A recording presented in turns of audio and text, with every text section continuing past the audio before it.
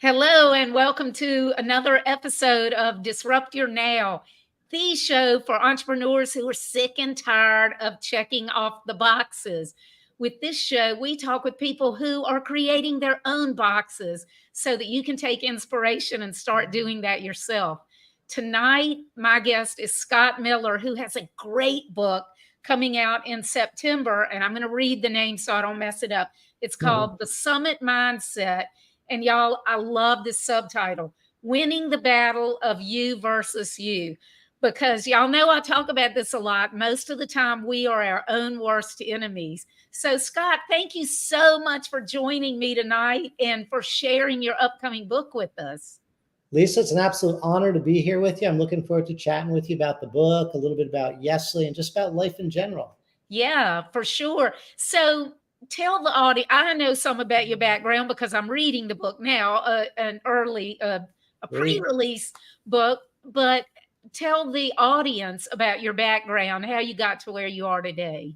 Yeah, appreciate it. I really started out really humble beginnings as a poor kid growing up. My dad was a roofer by trade, and was winters were long and hard. Obviously, not doing roofs in the Northeast, and it was a really humble beginning. And I remember my dad died at a young age, and I'll share with your audience that on my dad's deathbed, he said, "I'm sorry," and I said, "What are you sorry about?" And he said, "I'm sorry I didn't try harder." And that was a real intersection moment in my life. It was a moment where wow, you didn't try harder. And I just said to myself in that moment as a young guy, your weakness will be my strength, right? And I knew that I wanted to really pursue life and dream awake, I called it. And that's where this philosophy I've always had about dreaming awake, right? Set your kind of intentions on what you want to do with your life. And I think often in life we conform a little bit and we kind of act real small. And that's where you versus you comes into effect, right? Go after life. And I started my career at PepsiCo on the warehouse floor and went from there to this little tiny company called Snapple Beverage Group, and became a very big company. But even at a young age of like 28 years old, I would tell folks I wanted to be a CEO someday. And, I had bosses kind of laugh at me, said, "You're never going to achieve that." And by the age of 42, I became a CEO because I continued on that journey. Certainly wasn't a straight line, a lot of peaks and valleys, a lot of ups and downs, but I believe that's what life's about really doing the reps, right? And being consistent on what you're going after and knowing it's not a straight line. So from there, I went, became a CEO of a company called Tampico Beverage. I ran that business and sold that business to Houchens Industry, which was the largest ESOP in America, still is today. And from there in 2020, I joined Ken Uptain, who was the founder of Essentia Water, had been running that business for 22 years. And Ken and I started the journey to try to get the business to sell. And we were blessed and successful to sell that business to Nestlé and pivot that business to the largest food and beverage company in the world. So today, I'm pleased and honored to also say we've started another company, Ken and myself, called Yesly Water, and it's an enhanced still water beverage. So we're super excited about that. So again, there's really no finish line in life, still after it, writing the first book and just really getting after life. I think you have set a record because everybody that knows me knows I cry easily. And I had forgotten about your dad saying that. So right off the bat, I'm like, oh God, I'm gonna start Yeah, crying. yeah, yeah, But yeah. just, that's how parents are. We Yeah, and I you know, think, look, I think in life, right, we all have intersections in life and we have choices in life. We either lean into those intersections mhm. and grow from them or they beat us. And that's another you versus you moment. So I think that journey never stops. I think that we all have intersections, time to reflect and continue to get better. And it's no different for all of us, right? Nobody's sheltered from the rain. And it's how we continue to have a mindset to never stop evolving. I'm sorry I got Yeah. some tears out of you No, there, Pat. no, it's my friends are just gonna laugh because they're like, Lisa always cries, but I've never got teary eyed this fast in a show. Uh, But I think it's so cool that you started out in the warehouse for PepsiCo. Now I know before that you shoveled snow and Yeah, I was and just a kid that I was a young kid that worked odd jobs, right? And mhm. worked hard. I lost my dad at a young age, had a really tough family environment, and my mom really struggled. So I was really helping support the family and doing things that I could. And didn't come from a big background. And I'm not ashamed of my struggle. I think that early struggle has made me, more humility and able to touch people, whether they're on the warehouse floor or in the boardroom. So Yeah. I think it's not about where we've come from. It's about where we're going and the way we approach life, right? And I think all leaders should be learners. And I think you never stop doing that work. And you just evolve. And I think sharing each other's stories makes us all know we're not alone. I totally agree. And I think the fact that you did come from humble beginnings, like you said, it makes you be able to relate to everybody, um, and inspire other people. And like I think I said at the beginning of the show, that people can look at you, or maybe I said it before the show, whatever. Um, a lot of times people go, of course they could do it. Look, I could never do it. Of course they could. So your story is just so inspiring. But I want to ask you, when you were working for PepsiCo, was that like out of college or what? Yeah, it was actually, I actually ended up leaving college early to help my family. So I started at PepsiCo as like a warehouse floor and a pre-sale rep, and really learned the business from the ground up. And I went into a management training program with other young graduates. And I was a guy that was really not a guy in the room that, had that opportunity, that experience. So I just worked really hard. I became a really, really, really big reader. I would read a book a week. And to this day, I read probably 50 books a year. Wow. And I just continue to be a constant learner. And I still am today. I'm always looking to learn from folks, whether they're people at the reception desk, in the front of their office, or in the boardroom. I think we learn from everybody. I think there's always somebody that knows something you don't know, or I don't know, right? Like everybody has something they're really good at. So yeah, I'm an example that anybody can make it. You have to keep your own dream alive. And the hard work is you got to do the work, right? You got to do the work, you got to learn, you got to grow. Today, I'm 60 years old and I'm still learning and growing, right? And I'll never stop doing that. And again, I started a new venture and, wrote a book for the first time. So it's really you versus you. And the greatest asset we'll ever have is ourselves. And I think we have to invest in that. Yeah, I was going to say it's the most important investment we will ever make is in ourselves. And I'm 62, so I have you beat, Scott. I like But that. I'm totally with you on always learning. It's like I'm so curious, and I just wanted, okay, so tell the audience about the Summit Mindset. Explain to them what that is. Sure, absolutely. The Summit Mindset is a really interesting book that I call it a hybrid book, that your mom could read it or a CEO could read it in the boardroom, because the Summit Mindset is about the adversity of life. And just like when you're climbing a summit, the climate is always changing, right? So you have to know when you have to dig in and when you have to dig deep, or keep climbing or take shelter. And quite frankly, that's what life is. So the Summit Mindset talks about your courage. It talks about the ability to help others. It talks about the ability to, what do you stink at in life? I think often we all know what we're good at, but we don't like to talk about what we stink at. So looking inward and talking about what we stink at is really, really important. That's how we continue to recalibrate and get better. And the Summit Mindset is always about being constructively dissatisfied, right? When you're constructively dissatisfied, you continue to grow and get better. When you think you have no growth, that's when we stop growing. Yeah. So the Summit Mindset is about also an organization finding their North Star. What is an organization in pursuit of? And organizations that I've gone to run, sometimes they're a little adrift. They don't really know what they're in pursuit of. I think it's also about individuals knowing what their North Star is. What are you in pursuit of? What makes you happy, right? Happiness to some people might be gardening. Happiness to others may be reading a book. Happiness to me is just being in pursuit of life. Like I said to you earlier, learning, reading, and growing, right? So the Summit Mindset walks through true examples. And I wrote this book with James C. Moore. He's a New York Times bestselling author. And it was an honor to do this book with him. And we tell stories about business. We tell stories about individuals, all very factual, but we tell life stories. So we wanted this book that an individual could read it, your mom could read it, and a professional can read it, or the CEO in a boardroom could read it. Ultimately, organizations need a North Star, and so do individuals need a North Star. We also think that, organizations need pillars. What do you stand for? When I went into Essentia, we set our pillars: people first, right? To be the number one premium water. At Nestlé, we talk about, a we culture, not a me culture. We talk about being the number one, distilled water in North America. So it's about really setting a fundamental base to build your life on, and also knowing that in life, things always happen. Just like business. Business is about solving problems, and so is life about solving problems. Mm-hmm. Yeah, and those problems never end. They never go away. It's just going to be different problems. Absolutely. Well, first of all, I want to tell the audience this book is definitely for anybody. So I highly encourage y'all to read it, and also for y'all to share it with your friends and family. But I love that you talk about the North Star, because I think we as humans spend too much time thinking about how much money we want to make. Not that there's anything wrong with that, but how much money we want to make and what cars and houses and neighborhoods, instead of first thinking about what we really want out of life. Because if we don't know what we really want out of life, all that other stuff doesn't do any good.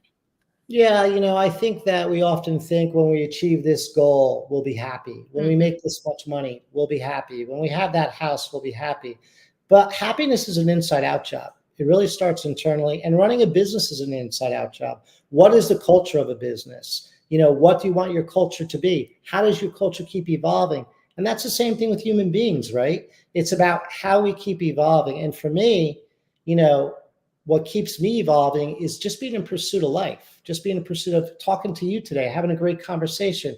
That's happiness to me, right? So I think it's really a no finish line mentality. And when you're growth minded and you think like that and you're curious, like you said earlier, Lisa, that's what stimulates us. The other things are just things, but really the work is about who we are and how we decide we want to contribute to life. And I think that's all of our journey, how we contribute. Yeah. Um, Definitely. And that old saying, people on their deathbed never say, I wish I made more money or whatever. It's always, wish I'd spent more time with my family or done this or done that. And again, not that there's anything wrong with money, but there's always somebody with more. So if that's your only goal, you're never ever gonna be satisfied. And I've always been a big believer in having things that are bigger than yourself, working for a higher purpose. Yeah, I think that, when I've gone into businesses, the first thing I always try to do is really set those pillars. And I'll tell you, my personal pillars are my faith, my family, others, and business.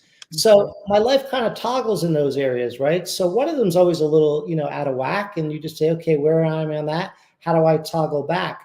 But when you have good pillars, that's what you set your house on. And when the adversity comes personally or in business, you understand who you are, and you understand where your lighthouse is and you keep working towards that. So I'm a big believer in pillars personally, and I'm a big believer in pillars in an organization. When an organization has pillars, you know who's on your team, who's outside of your team, and you know what the organization stands for. And you know what? It's not about being perfect. It's about progress. It's about working towards progress on your pillars, personally and professionally. I think perfection's a waste of time, quite frankly. It's actually boring, Yeah. right? Life is not perfect. But when you have pillars, you can weather the storm and you can work your way through things. If not, when there are no pillars, organizations are adrift. And human beings, usually, when they don't have pillars, they're adrift as well. So I think in my book, I talk about pillars. I talk about an exercise on what are your pillars. Lisa, one of the common questions when I ask folks through an interview process, tell me a little about yourself. And you could close your eyes and the answer is always the same. Well, I'm really hardworking. I love my family and I'm an honest person. Well, Yeah. close your eyes. Everyone says that. But who are you, right? Mhm. What makes up Lisa? What makes up Scott? And we could talk about our pillars. When adversity hits, we have a foundation on how to move through that. And organizations need those pillars too. It really becomes part of your culture. And a culture is a living, breathing thing that has to be galvanized, that everybody owns together, and know that it has to keep reshaping itself and growing, just like people. And that's really what the Summit Mindset's about. It's really about you versus you, and that's the battle for all of us. Life is not a straight line, and we all have adversity, but it's how we get better through that. Organizations are about solving problems, and individually, it's about solving problems. Okay, I want to ask you about the organization. So, was it Essentia? You said that when you joined them, they were a little bit adrift as far as what they Yeah. stood for. So, I want to ask you how you worked with them through that to help the organization find their North Star. Yeah, I think Essentia was filled with great people. I say that all the time. Mhm. Really a great brand. But not knowing where they're going or what their North Star is and how you put that together. We gathered as a senior management team. We talked about it. We had town hall meetings. We talked to the organization about who we wanted to be, what kind of culture we wanted to build. And we invited everyone in to contribute to that. It was not a top down, this is who we are. When we all own it together, we're a valuable voice. And I think it's about everybody has a voice, be a voice, make a difference. So we built that culture together and we're really super proud about it. It wasn't perfect, but it had a North Star. It had the ability to be a culture. We talked about things. We talked about why we made decisions, and everyone felt like they contributed. And to me, that makes you the greatest competitor. When everyone can be contributing, when you're building the culture together, I always say culture should never be a plaque on the wall. Culture should be something that we're living and breathing and we own. And by the way, at Essentia, what we do a lot is say, hey, what do we stink at? Where did we make a mistake this week? What can we do better? And when we made those mistakes, it's okay. We apologized for them and we moved forward. And we became a better competitor because people felt, hey, I can add value here and not be punished for that. And this is real. It's not a plaque on the wall. Organizations and folks call BS really quick when things don't feel authentic. In order to build a culture, it has to be authentic where everybody feels included. So at Essentia, it wasn't about me. It was about all of us doing it together. And I always say it's never about one of us. It's about all of us. And we do the same thing at Nestlé. Early on in Nestlé, when Ken and I started Nestlé and Justin joined the company, who was our CFO, and a few other folks, we started to build our pillars. Who do we want to be? We talked about it as a team. And today we live those pillars and we review them at staff meetings and say, hey, how are we doing? And guess what? Some weeks we're doing really well and some weeks we stink at it, right? So if we stink at it, we just make adjustments. And it's not about perfection. Are you always on this kind of path of making progress? Yeah. And bringing everybody into it and not having it be a top-down thing. When people feel like they're part of something, it's more real to them. They're not just showing up and going through the paces. And the fact that you said you're not expected to be perfect, and that encourages people to take good risks.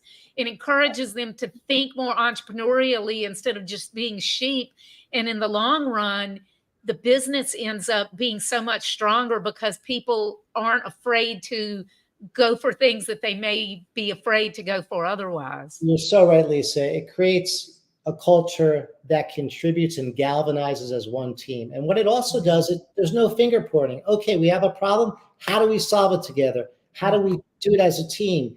And at Essentia, it allowed us to really galvanize together as a team and be a really, really united team and really compete better. At Nestlé today, we're an organization of 20 people. We're just getting started. We launched in February of this year. Wow. And we talk about our pillars. We talk about our culture, how we could do things better and how we galvanize together. It's not about me. It's about all of us making a difference. And when we do that, we're much more powerful than any one person. So tell us about Nestlé. Since it's such a new company, tell us about the product. Yeah, absolutely. Nestlé is just in a really amazing place. We launched on February 27th in New York City. We launched there. We launched in California, in LA, and San Diego. The product is an enhanced still water beverage. It's filled with vitamin C, B12, B6, 0 calories, and electrolytes. So it's a really unique product. It fills white space in the marketplace. It's in a 16-ounce sustainable packaging. So that's great as well. We're just getting started. We're super excited about it. We just got into 7-Eleven in New York, about 380 stores, 7-Eleven and Speedways, and we continue our journey. We're about 20 people strong today. I call us tiny but mighty. And, we're having a lot of fun along the way, right? We're learning every day with each other. We have challenges every day, but it's a great culture of a team. And like I said, we're a we culture, and that's one of our pillars. It's a we culture, not a me culture.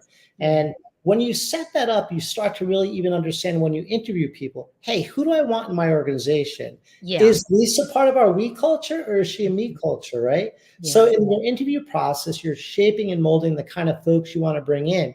Because as you know, entrepreneur work's really hard work. It's really long hours. Yeah. And in order to do that, you need passionate people. And I always say, we just want great humans. That doesn't mean perfect humans, but together we all have a voice and together we make a difference. And that really, really is powerful. I'm glad that you brought that up about the people, because I was going to say, when you have that North Star and you have that solid culture, you're automatically going to attract the type of people who would be the best fit for working in the company. And you're automatically going to kind of turn away, or not turn away, have people not be attracted who aren't the best fit. Yeah, And listen. so, I mean, it's basically like marketing. It's a part of marketing a product, who's your target market, except in this case, it helps you find the right people for your inside. Yeah, absolutely. And I think that, you in the entrepreneur world, as you know, Lisa, you have to have a lot of grit, you have to have a lot of strategy, and you need great people. I learn from our people every day. Hopefully along the way, they learn a couple things from me, and together we learn and grow, right? When we have that attitude, I think that's when we're the best competitors. When we're evolving as one team, everybody has a voice, everybody can contribute. And that doesn't mean every idea works, but we're all listening to each other and we're toggling together. You can't row the boat alone. You need everybody to do it with you. And when you're all rowing in the right direction, you can get through things easier. So it's really been an honor to be with the Nestlé team. We're going to continue to grow. Next year, we'll probably be a team of 50 people. Wow. Well, we want to keep bringing great people into our culture, and we want people to contribute, to add value. And when they turn the lights off at the end of the week, I want them to feel that they made a difference. Not that Scott made a difference, that they made a difference. And when we all do that, then we're the best competitor in the marketplace. It's such an exciting time in working with a business like at y'all's stage, because the world is your oyster and everybody can make such a difference. Once a company is more established, a lot of times people feel like they can't, but being able to work with y'all at this stage has got to be amazing. Yeah, it's really great. I think, as you know, Lisa, communication is the easiest thing, but it's the hardest thing. So how do you keep communication really high as you grow? Or how do you continue to keep communication high? And as a team, how do you continue to talk about, listen, we have to keep dialoguing, communicating, and getting better? That allows us to pivot quick. That allows us to have speed as our friend. So it's super exciting. We're all having a blast doing it. It takes time. It's not perfect, but it's about making sure that together we communicate. We're focused on the right things, and we're focused on making speed our friend. Let's talk about the water for a minute, because I think a lot of people are like, "Oh, water is water," and I mean, I'm drinking water right now. It's just plain old purified water. But what We most gotta get you some Nestle. Oh, We I gotta was going to get some say, is that Yesly? I need, Nestle. I need to get some. But I was going to say, most people don't realize the water that we drink has been stripped of pretty much everything. And so we're not getting the nutrients, the minerals, and so forth. And y'all are adding back in things that have been taken away, plus other things, right? Yeah, I think for us, we're creating a functional water and enhancement. What we want water to still be fun. We want people to have multiple consumption throughout the day, right? You drink water throughout the day. Mhm. We want to add some vitamins, electrolytes, and also have 0 calories, so it's healthy, better for you. And we want to give something that's great tasting. So it's flavored, enhanced water with a function. It's really the first of its kind in the category. So we're super excited about that. And the feedback, Lisa, from retailers, from consumers, from our DSD partners, they're like, wow, this tastes great. Everybody in my plant loves it. So that's always the fact we're looking for. What are people saying about the taste? And we're giving them vitamins, still with a nice, clean taste of water, so they can have multiple consumption throughout the day. So we're super excited about that. We're proud of it. And we look forward to continuing this journey to grow. Tell us, what flavors do you have? Yeah, so we have a black cherry, we have a blueberry AC, we have a kiwi strawberry, and a lemon. So we started with 4 Mm. flavors, all flavors that the consumers know that they're buying now, right? So they're popular flavors. And we want to start an area where we really can control it and bring great tasting flavors to the market that consumers knew and recognize, and they can cross purchase. They sound delicious. Hold the can up again so we can see the Yeah, brand. absolutely. And you're gonna have to send me your address. We'll send you some Yes. yes. So Yesly, yes, because yeah, right? there's So, probably not even anywhere I can get it here in Virginia yet, is there? yeah, well, we'll ship it to you so you can get some cases and let us know what you Yeah. think. We're Yes, always I would love to try it out. yeah, we're always looking for great consumer feedback. Well, let's go back to the book. Okay. So, when you're talking about, I love the analogy of planning the summit or making it to the summit, and because there's so much that's involved ahead of time in planning and preparing, but once you take that first step, everything changes, Yeah, right? it sure does. And I think, I always use the saying, practice like you play. It's really about building great habits. And that's where I talk about what are your personal pillars? What are your North Star? Like my North Star is just to be the best human I can be. And that doesn't mean perfect, but always saying to myself, am I contributing as a human being? Am I making a difference? Right. And then being consistent in our habits, because as you know, on the summit, when you're climbing a mountain, the weather closes in on you, you get fogged in, you get snowed in. That's life, right? Yeah. Running a business, there's a lot of adversity. When you have really strong fundamentals and you have a team that all agrees that these are our pillars and our fundamentals, you work through that adversity through problem solving. So the book talks about, how to handle adversity, how you deal with adversity. The book is a prescriptive book. At the end of every chapter, it gives you an exercise to pause, to reflect on, to think about, and how to be constructively dissatisfied. I've had folks say to me, well, you're a little hard on yourself because you're always constructively dissatisfied, or you're hard on an organization. And I kind of smile and say, no, I'm not hard, but I'm always looking to recalibrate. There's always a learning moment. There's always something we could do better. And I think that allows a team and individuals to know that that journey never ends and you never stop evolving. And that's what life is, right? I think that you have that mindset. It's really a no finish line mentality. And I think all leaders should be learners, and we should all be seeking knowledge from our teammates and from just real life experiences, because that's what life's about. And when we really create a sound foundation, we can problem solve and we can have speed and what I call smart action. And that's just the journey of the summit mindset. And that's why it really is you versus you. I always say to young people, people in the middle, and older people, quite frankly, it's not about your house, your car, your job, the money in the bank, or your education. It's really about who you are. And it's the greatest asset you'll ever own. And I think folks along the journey of life, we get lost in raising our families. We get lost in our work. We get lost in our bills. And we kind of neglect sometimes ourselves and the journey of growing who we are, and pausing and asking ourselves, are we happy?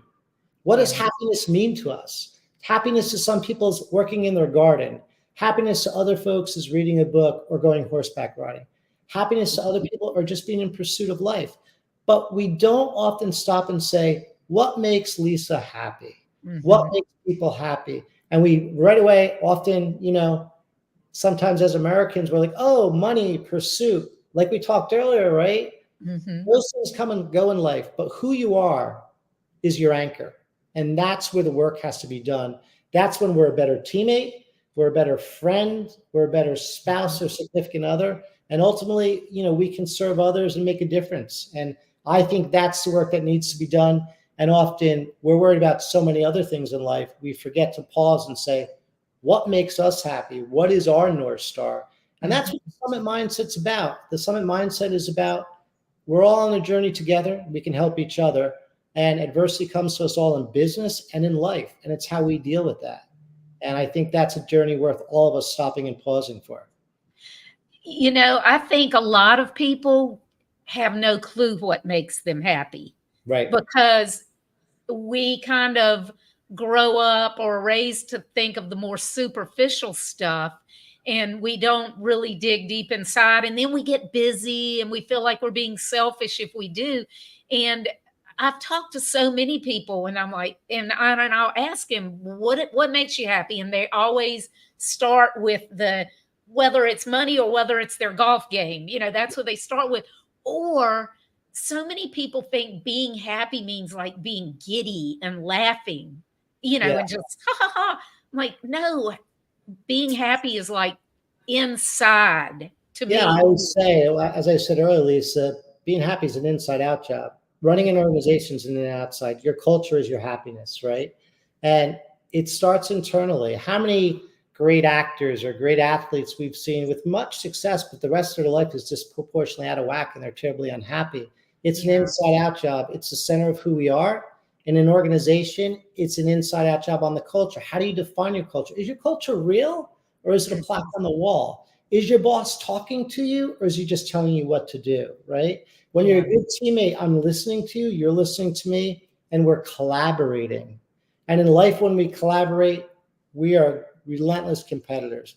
But happiness is, to me, talking to you tonight, this is happiness. This is my happiness. We're having a conversation about life. This is great, right? It doesn't cost us anything. It's a conversation. Hopefully through this, we get a little better that we're spending time together. Yep.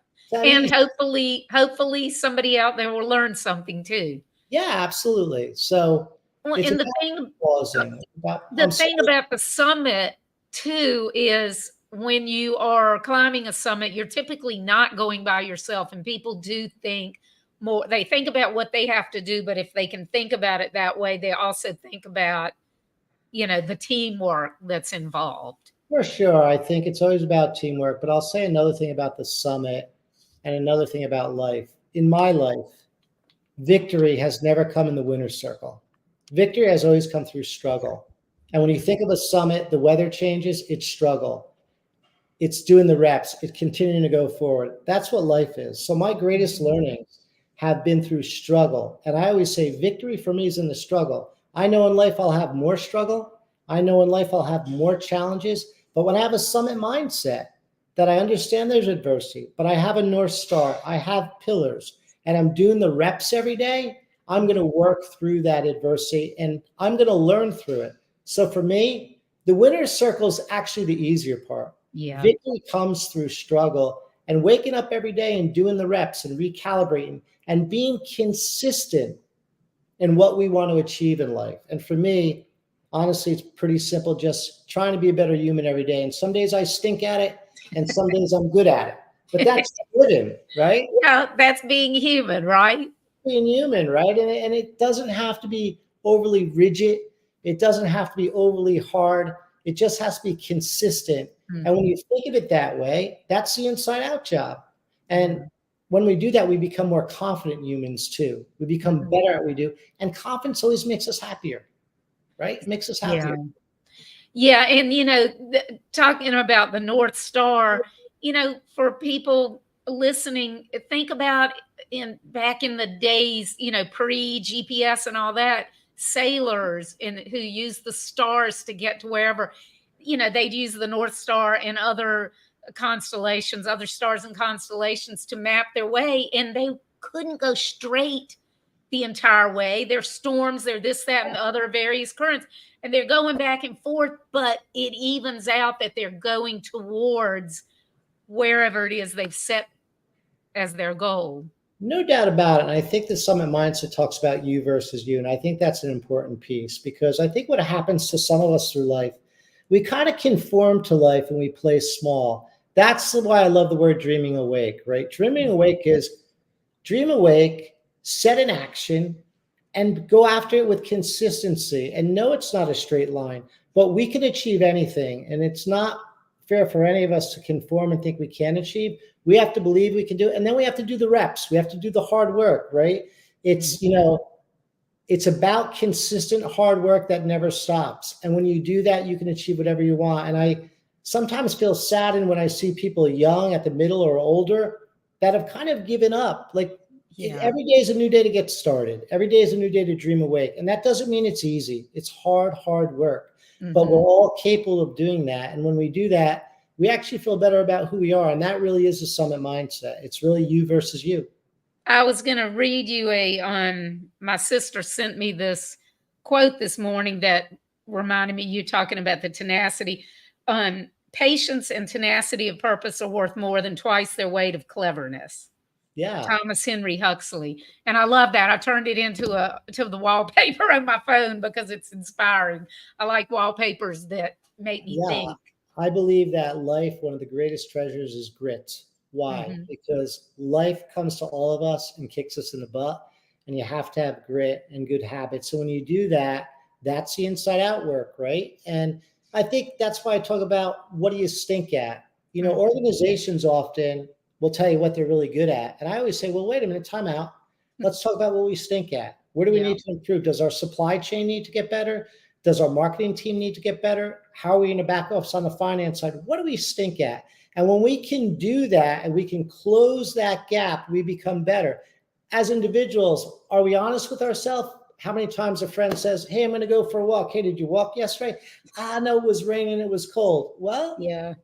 you could have still walked, right? You can walk in the rain Yeah. right now, and you can walk when it's cold. So what do we stink at? And that is the honesty organizations need and the Mhm. honesty individuals need. And when we do that honest work, we're better teammates, we're better friends, we're better competitors, and we run a better business, right? So I Yes. love what you stink at, what you suck at, whatever you want to call it. It gives us a chance to reflect and be honest. And when we do that with vulnerability, that vulnerability actually becomes a strength for us. And Mhm. that's super, super important. As a leader, I always say in organizations, we're all leaders. Like Yeah. there's no titles here. Everybody should have a voice and be a leader. And ultimately, we should all be leaders of our own lives and not let anyone tell us we cannot achieve something, not let anyone tell us we can't make it or reach somewhere. We can't conform. We have to dream awake and set a course of action. And I believe the greatest gift is dreaming awake and setting a course of action. And that happens to me at a young age with my dad, who said, hey, I'm sorry for what I didn't try hard enough. That was my first intersection, right? I'm going Yeah. to set a course of action. The world's not going to tell me what I can become or can't become. I'm Mhm. going to work hard, and I'm going to try to learn from everybody. Well, so I want to ask you, because people out there, you mentioned self-confidence a few minutes ago, and now you talk about at a very early age, starting to set goals. But I'm sure there were still times in your life that you doubted yourself, or I Yeah. guess times that you doubted yourself. Can I really do this? So do you want to share in like any time Yeah. like that and how you worked through it? I love that question, and I think it's a great one. And I'll share with you that we all lack confidence at different times. I just wrote my first book at 60 years old. Was I confident? Heck no. Did I want to do it? Heck yes, right? Yeah. Well, it's like we're going to push through that area of pause where we say, I'm not sure I can really do this because I've never done it before. I know nothing about it. Thank God I had James Seymour to help me, navigate that journey. But it doesn't mean we stop. We have to have forward motion. Since I was a young man in my mid 20s, I started to whiteboard. I started to write out what was important to me. I set my pillars all early in life, and I set my dreams and goals, and I still do it today. And I'm still setting goals. At 6 years old, I started a new company. People said, are you crazy? Why would you do that? Yeah, everybody else is out, Everybody else said, laid off, whatever. so again, yeah, were there moments in the quiet of the morning dew? Did I say, wow, this is it is a little nuts, but I'm going after it. So we all have moments of we lack confidence. That never goes away. That's part of being a human being. But through our times of achieving things, we get more confident in ourselves. We get more confidence at betting on ourselves. And I'll also say another thing. There's never failure when there's attempt. There's only failure in life when there is no attempt. I never worry about failing.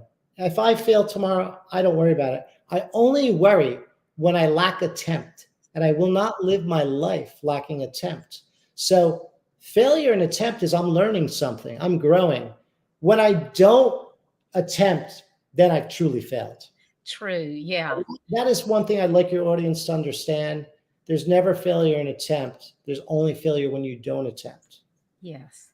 Right. Because whatever you're doing, whatever you're trying, even if you're failing, you are learning, and you're learning something that you would never learn otherwise. Somebody can tell it to you, you can read it in a book, but until you experience that failure for yourself, you can't genuinely learn that lesson. No doubt about it. I mean, I think my greatest learnings in life are through failure because it allows me to reflect, recalibrate. Even at Nestlé, we make mistakes. What do we learn from it? What is it?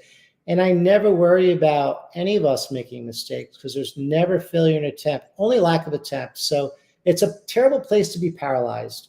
It's a terrible place for all of us to think we can't do something. So I encourage your audience to always be in pursuit, to always attempt. And when you're attempting, you're also learning, right? I wrote a book with James Seymour. I learned so much I didn't know. Of course, did I feel in uncharted waters? Of course, do I still? It's okay because our greatest growth comes through struggle, not in our comfort zone. And that struggle, you did not try to do it all by yourself. No, You absolutely were not. smart enough to realize that you needed a mentor or a partner or whatever. We all need somebody. We all need resources. And that's a learner's mindset when we believe Everyone can help us. Everyone knows something we don't know. Mhm. That's an amazing place to be, because what are we always doing? We're always seeking knowledge. We're looking for a nugget. And when we add nuggets, we keep getting better. And isn't that a beautiful place to be? Because we stay in pursuit of life. We Mhm. don't stop. How many folks do we know, family members, friends, colleagues, they kind of gave up. To me, that's always incredibly sad. It is. I was gonna Right? say, you took the word out of my mouth. Sad. It's so So sad. sad, right? It's so sad, because we should always, as humans, have something to be in pursuit of. And when we Mhm. do that, again, inside out job, we feel better about ourselves. We make a difference. And again, no failure in attempt, only failure in lack of attempt. So I know that you have your pillars, you have your North Star. Do you have specific things that you do every day? Like, do you have a routine when you wake up in the morning that these are your things that get you started for the Yeah, day, like on that course? sure. I don't think I'm an over rigid guy. I like flexibility, because I believe the ball in life always goes out of bounds. And when you're too Mhm. rigid, you forget to put the ball back in bounds. So I like to say that I have habits every day. I run every morning early. I read every morning, and then I start my day and I think about the day ahead. But I've always tried to not be over rigid, because it allows me to have flexibility to change and move. Rigidity, when you're rigid, you often get so upset that you're afraid to play again, because you're afraid of failure, right? So my daily habits is my morning meditation, my running, my thoughts, my reading, and then I get to work.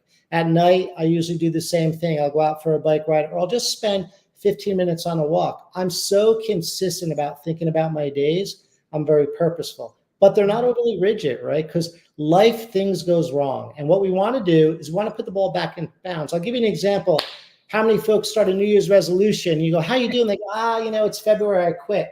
Well, Yeah. stop quitting. Just put the ball back in bounds and try again, right? And Mhm. I think that's a human nature. Like, when something doesn't work, we quit. I always want to put the ball back in play.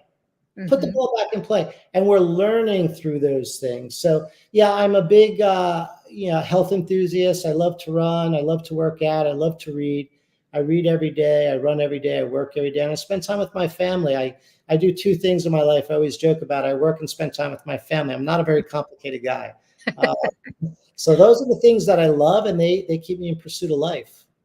Well, you mentioned earlier how at the end of each chapter there are like lessons or assignments or whatever. Tell us about a few of those. I mean, I've seen some of them and I've done some of them, but tell the audience so that they get an idea of the kinds of things. Yeah, I think when you read about pillars, I explain my personal pillars, I explain organization pillars. At the end of that chapter, we talk about, what are your pillars? Stop and pause. What makes up Lisa? How does she define her pillars? How do you define yourself? And I think we all kind of want to just say we're happy or we're hardworking. Like, that's not who Lisa is. You're much more complicated than that, right? You're much more Yeah. fun than that. So I think defining your pillars of who you are allows you to start to set a baseline for yourself. In your North Star organization, what is an organization's North Star? What are you in pursuit of? Do you want to be number one? Do you want to help the consumer? Do you want to engage your community? And what is Mhm. your personal North Star, right? Like I shared with you, my personal North Star is just to be the best human I can be. And that doesn't mean perfect, but I'm working within my pillars. So I think it's important, people, to understand your pillars and what your North Star is. I like to be in pursuit.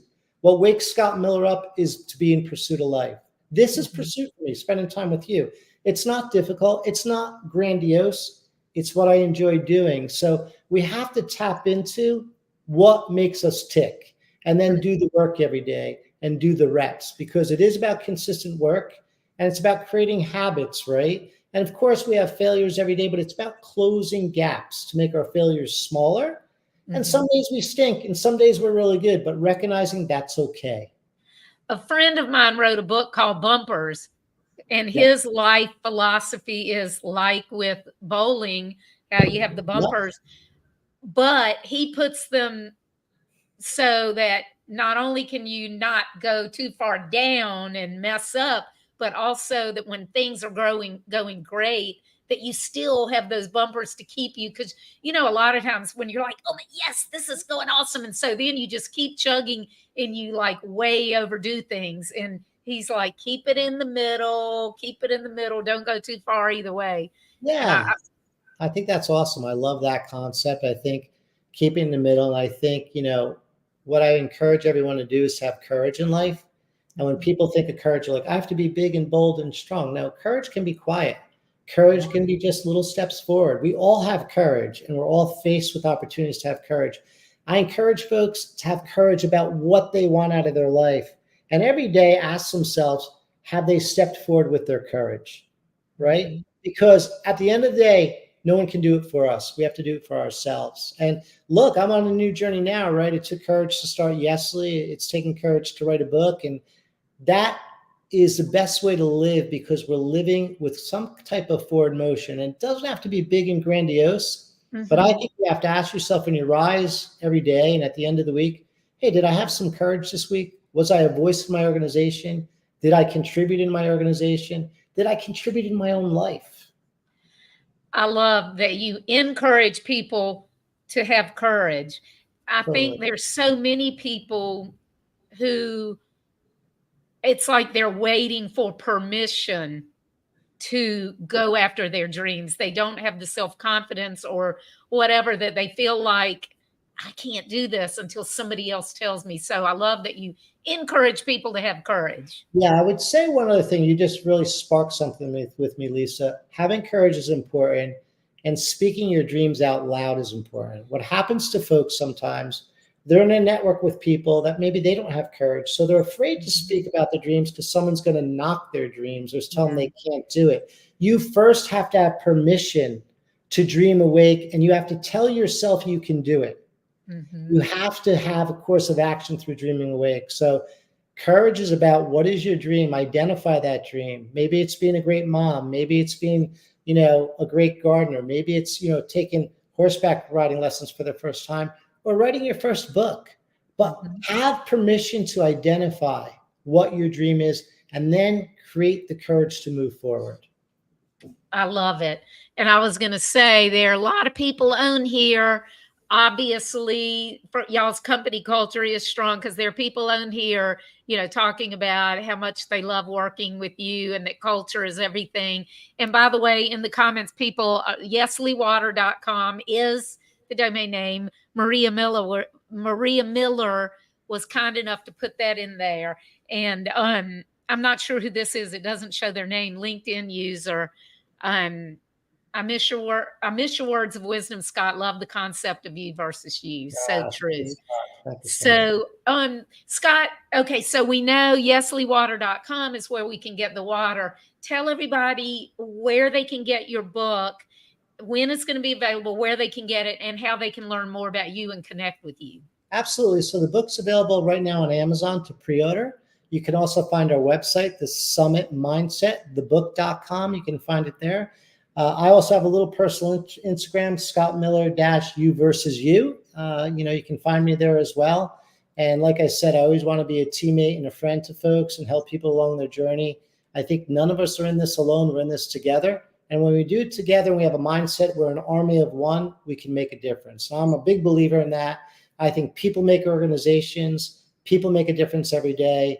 And again, I just really encourage people to move forward with their own personal courage. It doesn't mean you have to be a bold leader, but you got to have one foot in front of the other and make a difference in your own life. Because at the end of the day, Lisa, as we talked, it's you versus you. Yep. And this is our only life, right? Yeah. It's not a dress. Well, for now, our only earthly life. Scott, I really appreciate you being on here. Thank you so much. I've enjoyed this conversation, and now I'm even more excited to finish the book and finish the exercises in it. Well, it's been an absolute honor to spend time with you today. Thank you for reading the book, and thank you for your audience for joining. And I look forward to continue talking to you as time goes on. Thank you so much. And I look forward to trying Yesly Water, and everybody out there, go to yeslywater.com so y'all can try it out too. Thank you so much. Have a great night. Bye-bye. Thanks. Bye-bye.